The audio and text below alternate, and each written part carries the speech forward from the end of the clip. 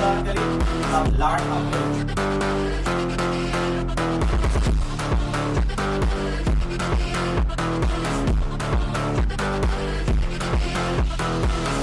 Hello and welcome to Smart English Zone, the safest abode of English learners.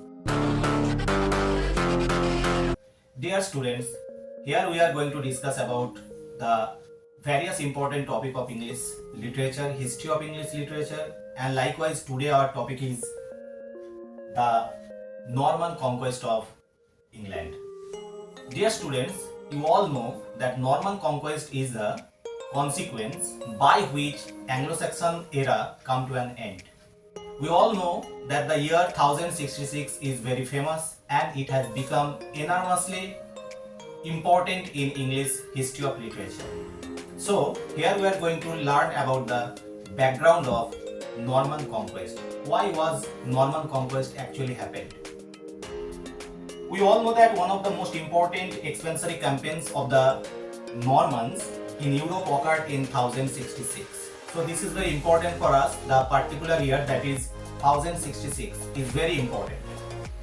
In this time, the Normans actually invaded England, and William, Duke of Normandy, was the leader of Norman Conquest, particularly under which the Norman army had fought against the King of England. At that time, in the reign, the King of England was the Edward the Confessor. He was the king at that time, and this king actually died without any heir, and that's why he had appointed his will Harold Godwinson. So this name Harold Godwinson is also very important because he was the heir. Particularly, he was actually chosen by King Edward the Confessor. So when Harold Godwinson was the Earl of the Wessex, and he became the successor of the king. So this person you come to know that Normandy, when the Duke of Normandy came at that time in England, particularly no rightful heir was there. The person who was on the throne at that time was basically chosen by the king, the Edward the Confessor. Now we are going to discuss in detail.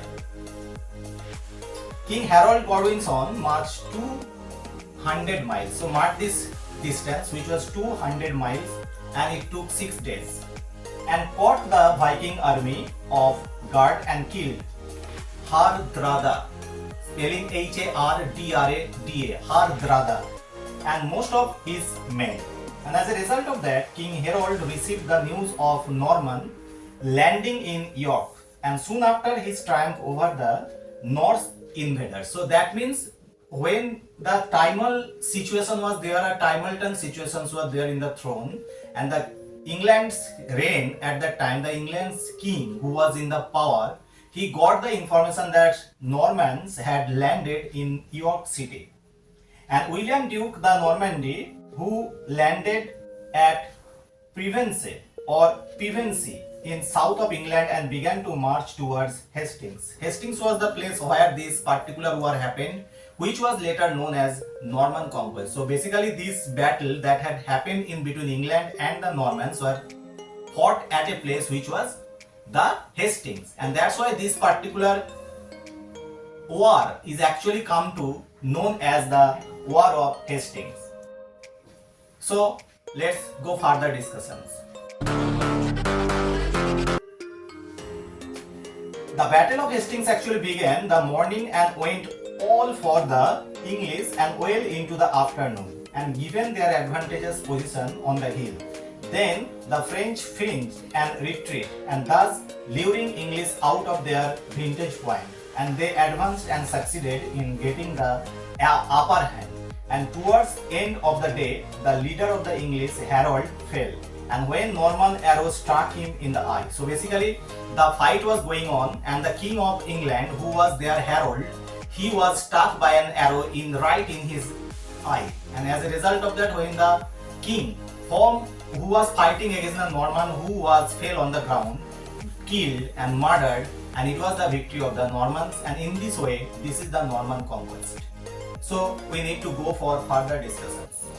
And we have to remember that this happened on the Christmas day in the year 1066. So mark the date, the Christmas day, that means 25th of December 1066 is the actual day when this Battle of Hastings, which was later known as Norman Conquest, is come to know.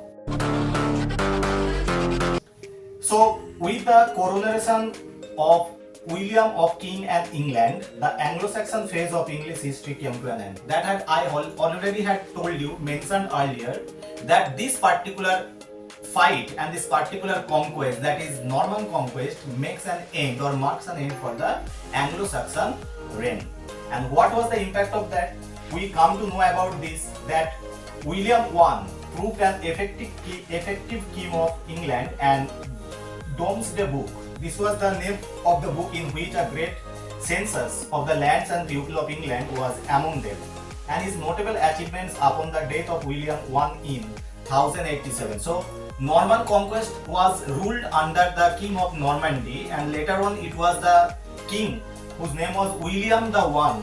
He was later on took this Norman conquest or Norman reign further end, and he died in the year 1087.